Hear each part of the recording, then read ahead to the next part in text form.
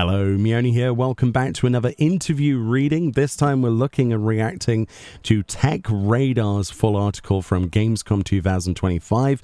We looked at a snippet of this before, but this is the full article. Link in the description. Go give them some support. There's some really interesting points about Beastmaster in this, and I think you'll want to hear this. So if you're sat back, looking for something to listen to or watch, then let's talk about Beastmaster. So let's go through this then. So first of all, they sit down obviously at Gamescom 2025. We talked a little bit about the Monster Hunter Wilds crossover before, the reasoning for that. We're going to practically skip over that for the most part, just simply because we've already been aware of what's going to happen with that. But let's talk about Top 100. It says, briefly, I'll move the conversation over to what plans might be for Final Fantasy XIV's level cap. Each and every expansion so far has raised the level cap by all jobs beside limited jobs like Blue Mage, and the upcoming Beastmaster by 10. As of Dawntrail, we're now at a satisfyingly round 100. With such a clean number, and with concerns that any further increases could make grinding levels a slog or intimidate new players, I asked Yoshi P if there were plans to change things up for 8.0. Interesting. Yoshi P says, we're doing various discussions in the development team, and the next direction we're taking has already been decided. Though for us, the important thing is not the level itself, it's providing that sensation of steady growth to the player. Having said that, level as a concept is something that is common among RPGs in general, so it's an easy to understand concept.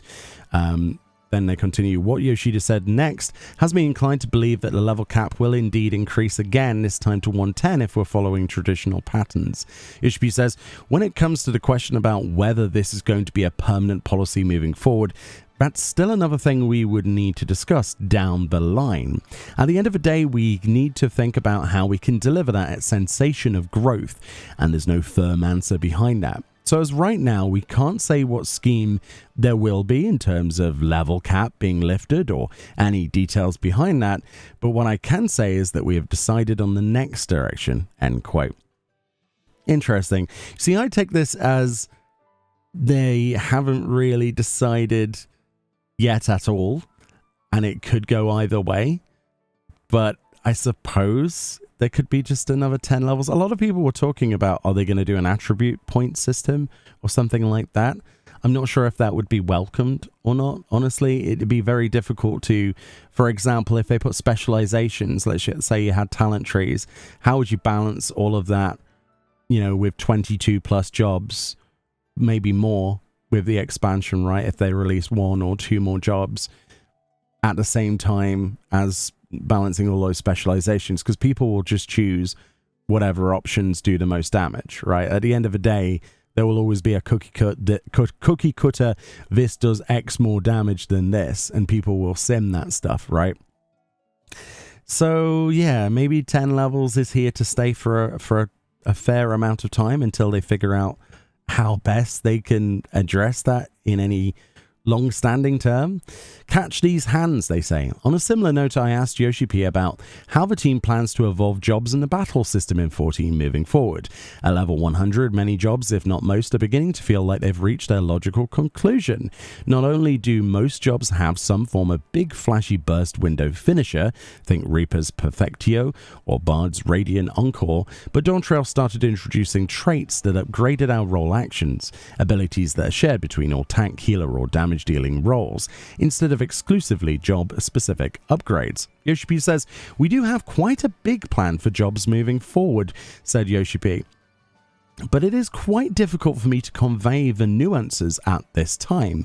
When it comes to the current content that we have in terms of battles and design, we don't want to destroy that experience as it is right now. So keeping that in mind, we don't want to incorporate major changes to that, but what we do want to do is make jobs more interesting for players to use.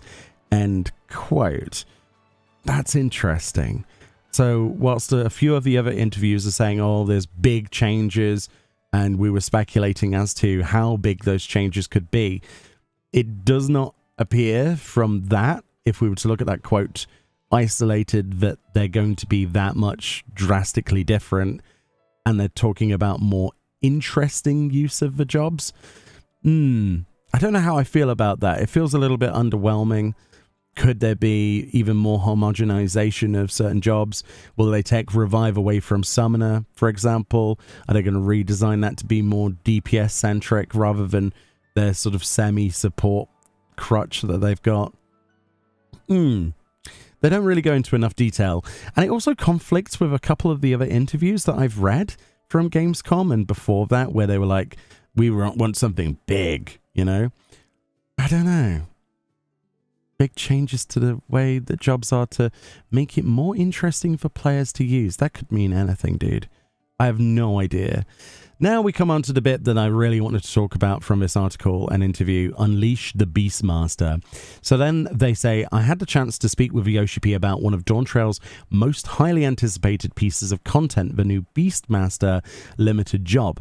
Much like Blue Mage, Beastmaster will presumably differ from standard Disciples of War and Magic jobs, which obviously includes your Monk, Dark Knight and Black Mage, in that it will have its own unique progression system. Beastmaster was revealed in the run-up to Dawntrail's release, but we haven't heard much of it since then. Yeah, practically zero. I didn't think they'd even put it in the expansion, to be honest. Yoshi P says, regarding the release, I'll be clear. It is scheduled to be released in the 7.5 series. In terms of the concept, you ally yourself with monsters, and those monsters grow so that they can join you in dedicated battle content. This is going to be something completely different to anything we've done in Final Fantasy XIV before, and it's exclusive to this limited job. We've been investing a lot of resources into developing this content, and the team is super excited about it. They continue, I asked if the Beastmaster questline would tie into the Shadowbringers expansion Save the Queen content. During that, we dealt with an Imperial Beastmaster, Leon, and got to witness his power and beast taming firsthand as we aim to help liberate the Borgian Southern Front from the Gallian Empire's control. Yoshi P's answer was interesting. Quote, from a lore perspective, there will be a connection between Save the Queen and Beastmaster. That said, Save the Queen is not part of the main scenario questline, so of course some players haven't experienced it. So with that in mind, there will be a connection, but whether or not our characters from Save the Queen make an appearance, I'm keeping that under wraps for now. Interesting. So we'll be able to tame creatures, they'll become our allies, they'll be able to grow, right? Grow. Does that mean like leveling them up? Will there be some kind of monster arena or something associated with that? Personally, I love the idea of more Save the Queen content because quite honestly, ending the entire series of storyline in field notes was really sour tasting to me. Anything in regards to that story would be nice because it just ended so poorly. And you just had to read a field note. And there are a good portion of people who thought that it was continuing just simply because they didn't collect all of the field notes. Like the last field notes literally wrap up many of the characters' storylines with definitive ends, let's say. Leon, for example, and Pagaga are still out there, presumably, so that likely means they'll be involved. As to how they introduce those characters to people who have not done that content, I suppose they'll have like recognition with certain player reactions, depending on if you've completed the quest lines or something, but it'll be interesting to see. I do like the idea of Beastmaster being more than just a masked carnival in a raincoat, though, because quite honestly, Blue Mage did not live up to many players' expectations, myself included. Hopefully the limited job system has been fleshed out, and like they say, they've put a lot of resources and money, presumably, into this. Right, they're proud of it, they're working on it, so I guess we'll just have to see what happens. But yeah, it's going to be interesting to see how well that's received, and we've got a long time to wait, right? The next year of in summer, basically. Interesting. So it says, get ready for the next battle. It says, Final Fantasy XIV Online is no stranger to collaborations with other brands and franchises. Upcoming crossover Monster Hunter Wilds will mark the second time Square Enix and Capcom have collaborated. There have been plenty of others throughout the online game's existence. These include collabs with Dragon Quest, Yokai Watch, and Fall Guys. Just for fun, I quizzed Yoshi P on other collaborations he'd love to bring to Final Fantasy XIV, no matter how ridiculous or unrealistic. So Yoshi P says, I'm a maniac about One Piece, and I'm a super fan of Evangelion as well, if I could speak, when it goes without saying, but Gundam too. But yes, as a fan of Diablo, I've spent many thousands of hours playing that game, and I never got sick of it. I love Diablo so much that I would want to make a Diablo game myself, and I have huge respect for all of the staff working at Blizzard, not only as a gamer, but as a developer, so I would love to achieve some sort of collaboration with them. They say, surprisingly, Yoshi P turned the question back at me, wondering what collaboration I'd like to see in Final Fantasy XIV.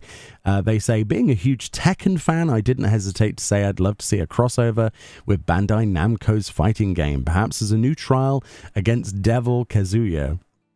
That's interesting. Yoshi P said he seemed to really like the answer, of course, mentioning Final Fantasy XVI and the protagonist Clive Rosfield's inclusion as a guest character in Tekken 8.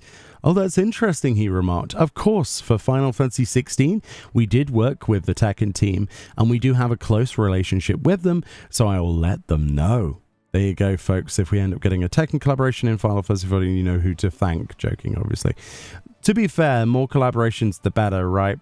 I don't dislike collaborations. I think they're zany, wacky, and sometimes the zanier and wackier the better, in my personal opinion. So super excited to see what they come up with next. But yeah, Monster Hunter is going to be the next big one. Super hyped for that. Bridging the Gap. Closing the interview, I wanted to get Yoshi P's thoughts on thematic parallels between Endwalker and Dawntrail.